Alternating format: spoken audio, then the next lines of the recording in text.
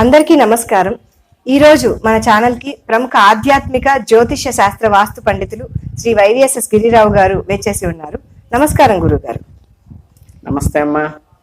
గురుగారు, కర్కాటక రాశి వారు ఎటువంటి నియమాలు పాటించాలి, విద్య పరంగా ఆరోగ్యం పరంగా వారు ఎటువంటి జాగ్రత్తలు తీసుకోవాలి అని క్లుప్తంగా వివరించగలరా?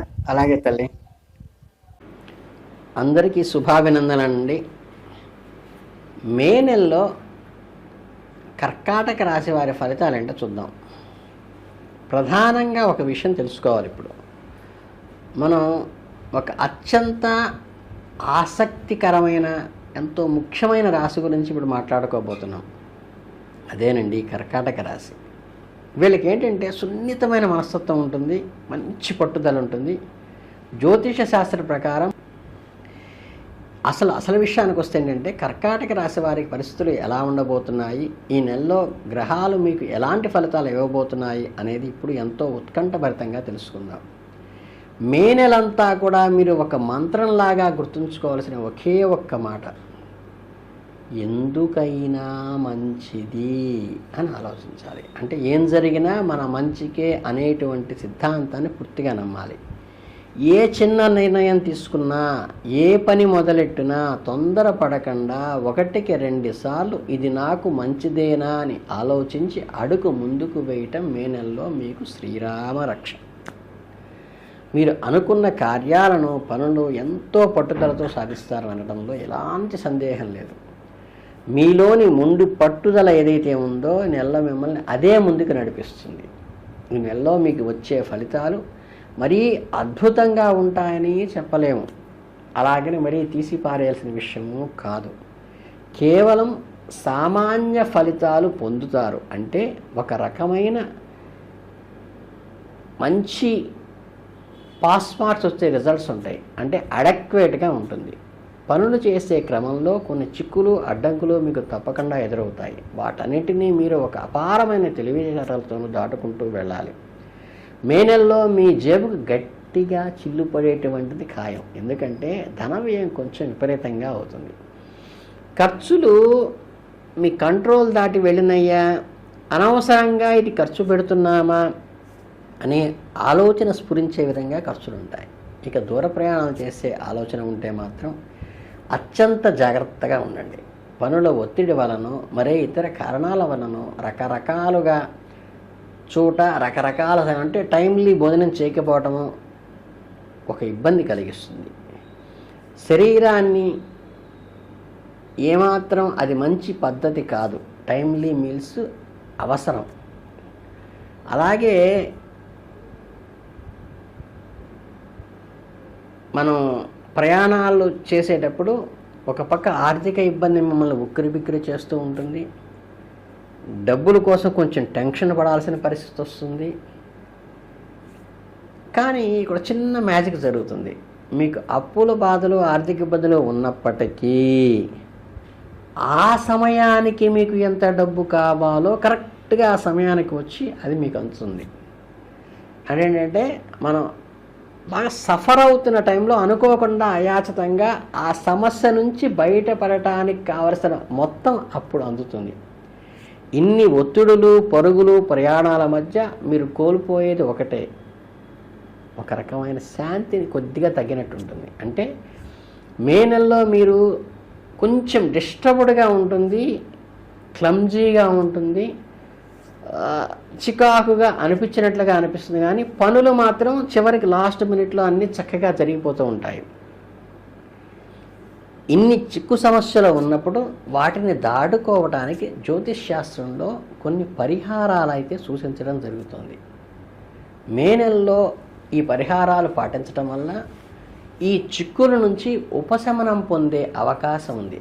కర్కాటక రాశిలో పునర్వసు నక్షత్రానికి చెందిన వారు పుష్యరాగాన్ని, అలాగే పుష్యమీ నక్షత్రం వారు ఇంద్రనీలము ఉంగరాన్ని, అలాగే ఆశ్లేష నక్షత్రంలో వారు పచ్చ అంటే ఎమరాల్డ్ని ఉంగరాన్ని ధరించడం వల్ల మీరు సహజంగా ఉన్న ఈ చిక్కుల నుంచి బయటపడతారు. అవకాశం ఉన్న వాళ్ళు మాత్రమే చేసుకోండి. అలాగే ప్రతి గురువారం మీ ఇంట్లో లక్ష్మీ కుబేర వ్రతం చేయటం వల్ల వ్యాపారంలో తిరుగులేని అభివృద్ధి కలుగుతుంది.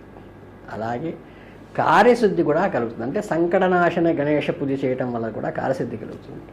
ఇక ఆర్థిక ఇబ్బందులకి లక్ష్మీదేవిని కుంకుమార్చన చేయటము, ఎర్రని పూలతో పూజించటము, ఎర్రని రవిగుడ్డ గాజులను అమ్మవారికి మీ దగ్గరలో ఉన్న ఇలవేలిపోయిన గ్రామదేవతకి సమర్పించటము, శుక్రవారం నాడు అమ్మవారి గుడి దర్శనం చేసుకోవటము, ముత్తైదులకు పసుపు కుంకుమ చీరలో వితరణ చేయటము, ఇటువంటి చిన్న చిన్న పరిహారాలు చేస్తే మీకు ఈ సమస్యలు చాలా వరకు తొలగిపోతాయి.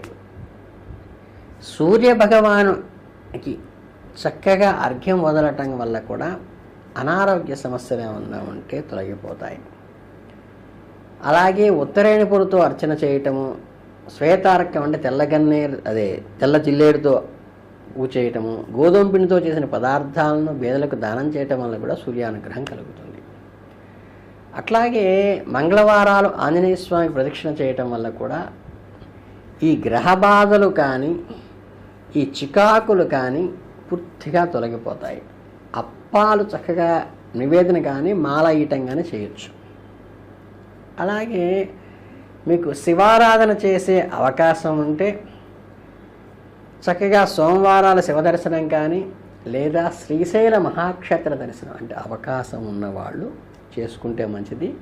సోమవారాలు శివాలయానికి వెళ్ళి అభిషేకం చేయించుకోవటం కానీ అర్చన చేయించుకోవడం ద్వారా కూడా మీకు చాలా వరకు కలిసి వస్తుంది. మీకు వీలైతే చక్కగా మీరే తీసుకెళ్ళి మారేడు దళాలను తీసుకెళ్ళి చక్కగా శుభ్రంగా నీళ్లు తీసుకెళ్ళి స్వయంగా నీళ్లు పోసి ఒక విభూది పెట్టి అర్చన చేసుకోవటం మంచిది. మీరు శారీరక మానసిక కష్టాలతో సతమవుతున్నప్పుడు కానీ ఈ రాహుకాల దీపం పెట్టడము, లేకపోతే రాహుకేతువులకి గరికతోనూ దర్భలతోనూ పూజ చేయటము, ఉలవలు గోమాతకి కొద్దిగా గోమాతకి పెట్టే ప్రతిసారి చెప్తాను, కేశం గోళికాయ అంత పెట్టి గ్రహ దోషానికి మిగతాది గ్రాసం మాత్రమే ఒక కట్ట ఇవ్వండి. అలాగే ఇటువంటివన్నీ చేయటం వల్ల ఆ పరమశివునికి పంచామృతాల్లో అభిషేకం చేయటం వల్ల గోమాతకి ఈ ఉలవల అలచందలు పెట్టడం వల్ల కానీ, అలాగే శుక్రవారం అమ్మవారికి గాజులు పూలు ఇవ్వటం వల్ల కానీ వీటన్నిటి వల్ల కూడా ఈ కర్కాటక రాశి వారికి ఈ నెలలో ఉండేటువంటి సమస్యలు చాలా వరకు పరిష్కారం అంటే నలిఫై అయిపోతాయి. సమస్యలన్నీ ఏంటంటే అలా తెర తీసినట్టుగా దారి వస్తుంది. అంటే కృష్ణ పరమాత్మని వాళ్ళ నాన్నగారు నది దాటించాలంటే సముద్రం ఎండిపోలేదు, దారి వచ్చింది మధ్యలో. అలా దారి కనిపిస్తుంది మనం వెళ్ళటానికి. ఆ సమయానికి డబ్బు చేతికి అందుతుంది.